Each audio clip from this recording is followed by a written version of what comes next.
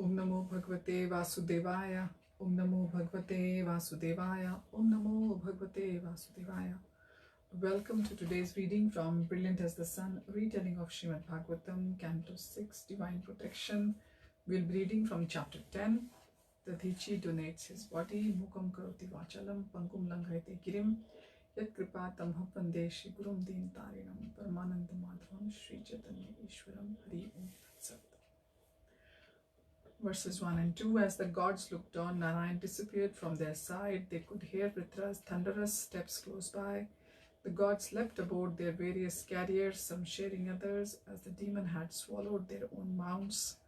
In a panic, they urged their animals forward, fleeing Vritra and heading toward the Dhichi's hermitage. Soaring through the aerial pathways, they soon reached the sage's residence. Then, when they saw him meditating in the distance, Indra brought his party to a halt. Let us refresh ourselves before we approach the Muni, he advised. Best he does not see us in this state. This is embarrassing enough. Without him realizing the extent of our plight, after grooming themselves, they walked regally into the sage's hermitage. Alerted by the supersoul in his heart, the Dhichi opened his eyes. Indra, he said in surprise, but in a friendly tone, to what do I owe a visit by the Lord of the Gods, and with your entire entourage? I see. He looked Indra in the eye and gave a wry smile. I hope I have not again offended you. Indra coughed uncomfortably, hoping his cheeks were not flushing too obviously. This was awkward. Maybe he should have asked the Ashwini Kumar brothers to intervene on his behalf, but how could he do that? They were inferior celestials, and humiliation at their hands would have been even worse. At least the sage was a venerable superior.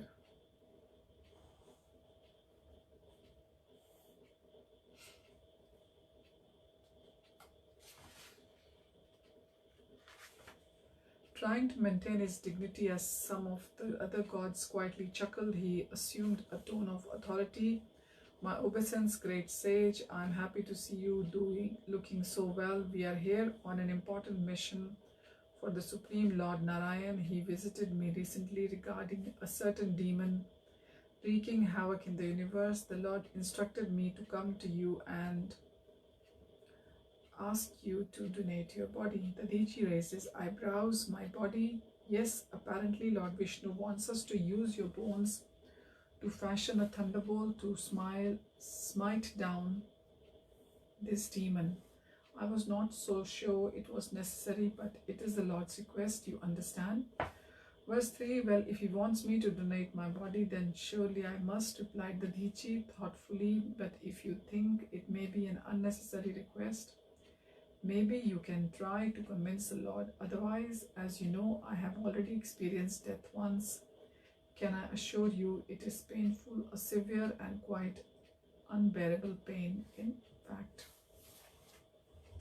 Indra, along with the other gods, became flustered. Great soul, please take mercy on us, begged Indra, falling to his knees. Verse 4, it's a big thing you are asking of me, replied the Dhichi. In this world, everyone is deeply attached to their bodies, striving to keep it forever. They protect it by any means, even at the sacrifice of everything they own.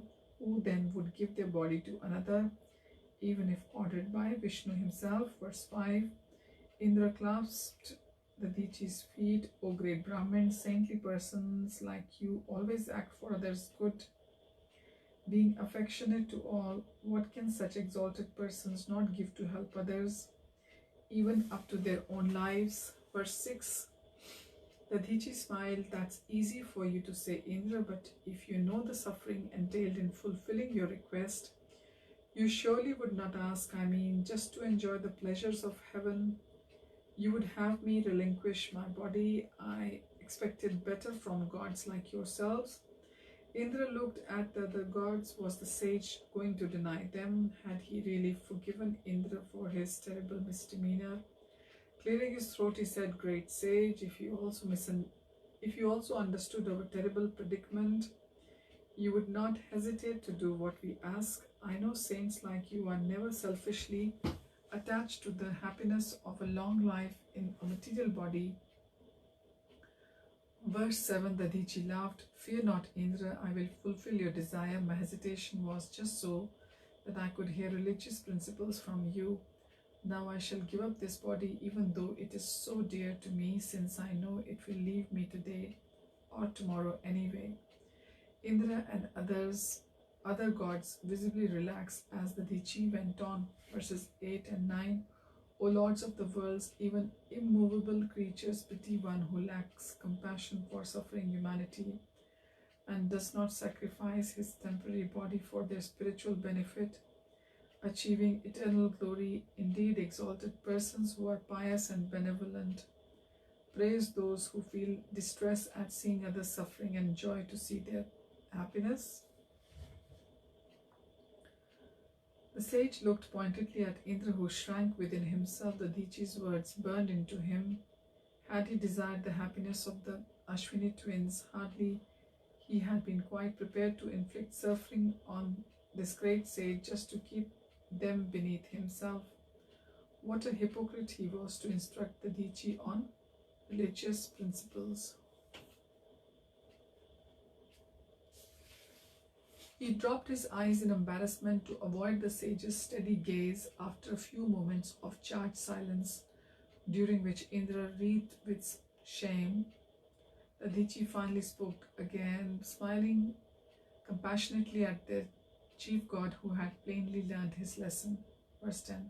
Why should I not donate this body? What actual good does it to do for me? The spirit soul, it lasts but a few years and may perish at any moment. Repeat. Why should I not donate this body? What actually good does it do for me? The spirit soul, it lasts but a few years and may perish at any moment after death. It is just as food for jackals. Therefore, we should use the body and everything related to it for others' good. Those who try to enjoy it will reap only tribulation and misery. I shall therefore give it up immediately. Verses 11 and 12. The gods called out in exultation, wonderful, wonderful. The Dichi entered a yogic trance, concentrating his mind on Vishnu and cutting off all connections to his body.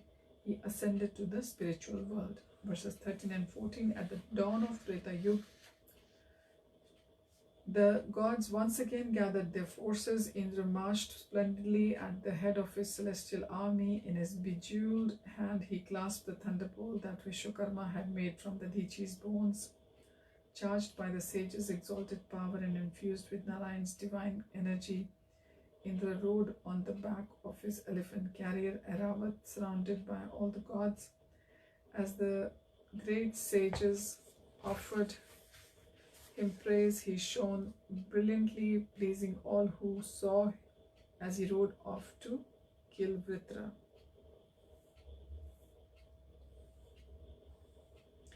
Verses 15 to 26. The demon chiefs, headed by Sumali, Mali and Namuchi, amassed a terrific army to support Vritra, seeing him their best hope of annihilating the gods once and for all.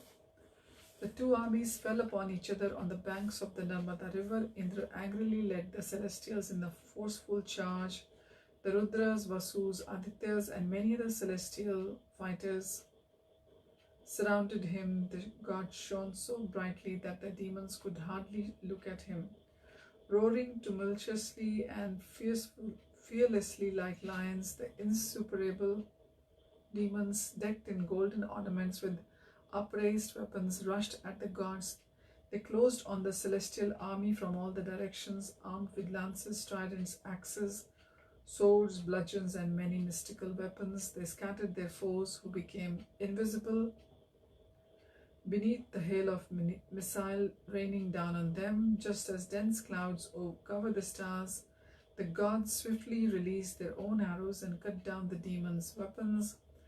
When the weapons had exhausted their armory, they restored to hurling mountain peaks, trees and boulders upon their foe. Again, the gods smashed those projectiles into hundreds and thousands of pieces, rendering them harmless. Verses 27-29.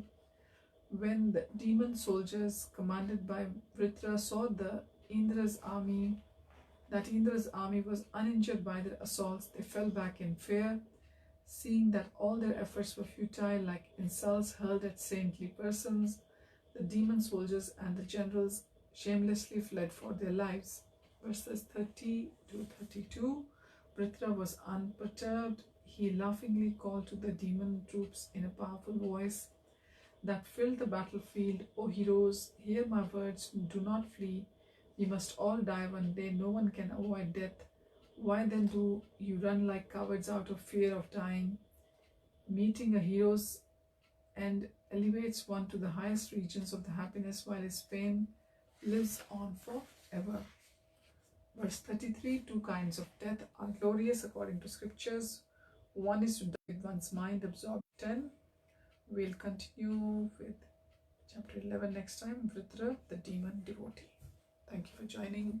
Hare Om Tat Sat. Hare Krishna.